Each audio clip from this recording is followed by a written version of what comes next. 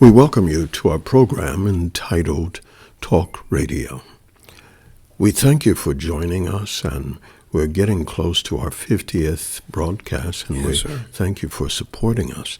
I am one of your hosts, Bishop Dr. Derek A. Reeves, and with me in studio today is Minister Philip King Jr. It is a pleasure always to be on Talk Radio, Bishop.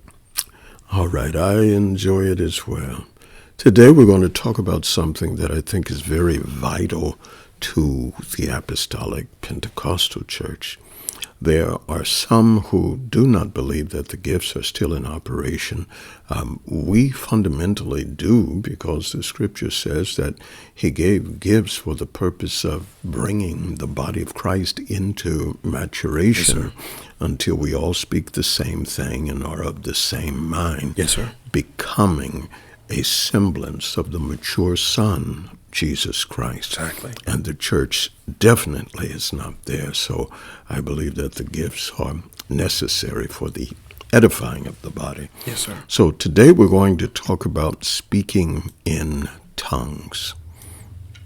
In many cases, the individuals who are against the gifts, they say that when we gather together and we're in a worship or a prayer scenario, that when collectively the entire body is speaking in tongues, that it's definitely out of order. And I beg to differ with that, because the Scripture says, first of all, Paul says, follow after charity and desire spiritual gifts, but rather that ye may prophesy. Prophecy then is to be utilized when we are edifying the entire church. Yes, sir. Speaking in tongues, the Scripture says we don't speak to men, but we speak directly unto God. Yes, sir. And so I believe that he's talking about when the message is going forth. Exactly. Because teaching or preaching to the people is a form of prophecy. See, prophecy can be speaking forth the word of God or foretelling. Yes, sir. And so when we talk about a time of prayer, there's no different than when we all get together and we're praying in English unto God. That's interesting. Because each of us are praying unto God. And really, no one should be listening to your prayer, and we're not praying to one another or angels, but we're expressly speaking to God. Bishop, can I just jump in real quick? I think this has always been an interesting conversation to have, and it's an interesting thing to look at within Scripture, especially in the context of all of our different experiences with the Lord. But I've always seen it in this manner because every experience that we have with God in this natural reality is one that is done so that way it affirms and concretely solidifies the faith that we profess in our mind and with our mouths. So these experiences that He gives unto us, I know that some of us would think that it may not be efficacious or real or applicable, but to your point, the word comes forth to then establish, to build, to be profitable for doctrine, correction, all those different things.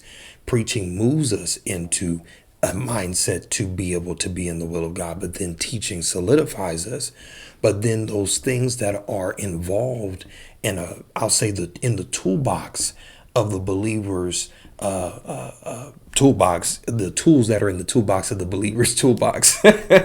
I got myself tongue tied. These things are then to help amplify those things that we are thinking and that we have professed with our faith. It said whole lot of mumbo jumbo, but you'll clean it up, Bishop. Well, again, it goes back to when we have our collective prayer time. Each individual, hopefully, that's praying at the altar, standing and praying together, we are all speaking to God, and God doesn't get confused. And we don't start praying when the preaching comes forth, but we start praying during a collective time of a holistic service of prayer. And so when we speak in tongues, the Bible says it is under the utterance of God. And as we're speaking in tongues, we're speaking directly to God. And I'm not necessarily talking about the initial sign, because the scripture says when they spake in tongues on the day of Pentecost, that there were people who heard them in their own language. Exactly. But here, Paul seems to say, I thank my God that I pray more than ye all. And this is very interesting, because he says that, first of all, we are to pray for spiritual gifts. Yes, sir. He said, but the most important thing is to prophesy. Exactly. To speak to the people with clarity so they can gain something out of it. Because also, in order for you to understand what's going on in the experience, it comes by way of the word. And that's what 1 Corinthians 14:3 says, but he that prophesieth speaketh unto men to edification and exhortation and comfort. Exactly. So it's literally building the body and building us into the knowledge of what God has given. But then when we speak in those unknown tongues, it edifies ourselves. So like you said, I'll add that point to say, when we are giving the word of God, when we're teaching, when we're preaching, it is to move us to a place to understand more about what's taking place in this. But don't you think that when it comes to prayer time, that many people have different rituals of prayer? And I think it's very important to understand, again, collective or corporate prayer. Yes, sir. Even though we may be praying about something that is similar, each individual comes to God expressing their needs, their desires, or praising him in their prayer time. Exactly. And so collective prayer time is when we all can pray unto God, whether it is with our understanding or whether it is in the unknown tongues. And so as we're praying again, the scripture says, well, he that continues to speak in an unknown tongue, and we know that's in italics, so it was added to bring clarity. But there was a reason why they needed to bring clarity. And we don't have time to go into that in this session. But he said, he speaketh not unto men, but unto God. For no man understandeth him, howbeit in the Spirit he speaketh mysteries. And so when it's collective prayer time, the most perfect prayer is the prayer that we pray in accordance to the anointing that is now moving us to pray in the unknown language. And I think there is only one prayer that is above that prayer, and that is the prayer that we cannot utter. The groanings, yes, sir. and the utterings. And so that's a prayer that has no verbalization. It is not a sound that comes out of our mouth, but it is the yearning of the Spirit as the Spirit is reaching out to God. And that's why he says groanings that cannot be uttered. And so he that prophesieth, when we are now dealing not with each person individually praying to God, but when we are hearing the rhema, because it is the rhema that brings faith to us. Faith cometh by hearing the rhema, and the rhema cometh by hearing. And so as we begin to prophesy, whether it is foretelling or forthtelling, that's when we edify men. Exactly. And that's when it is not, I don't want to say lawful, but it is not in order for individuals to even praise God real loud so people can't hear. Yes, sir. I've been in services where the word comes forth and people are clapping their hands and doing all manner of things.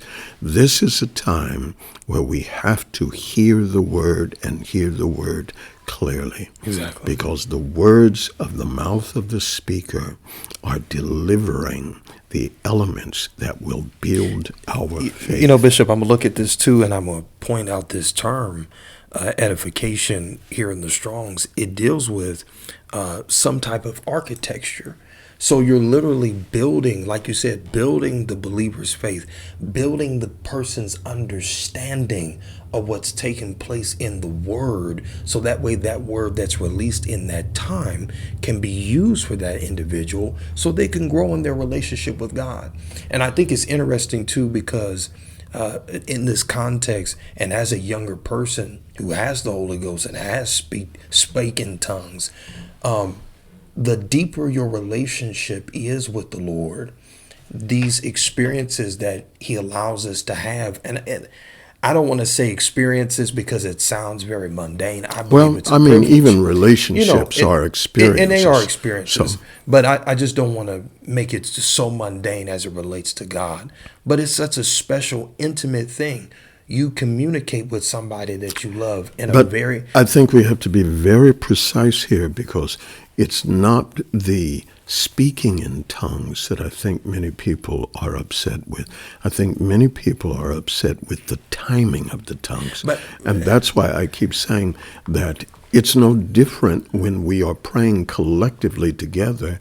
Many people are saying different things, and God's not confused. And so when we're speaking in those unknown tongues, we are talking to God, and it is a time of corporate prayer. So it is not a time of instruction. It is not a time of preaching to the people. Right.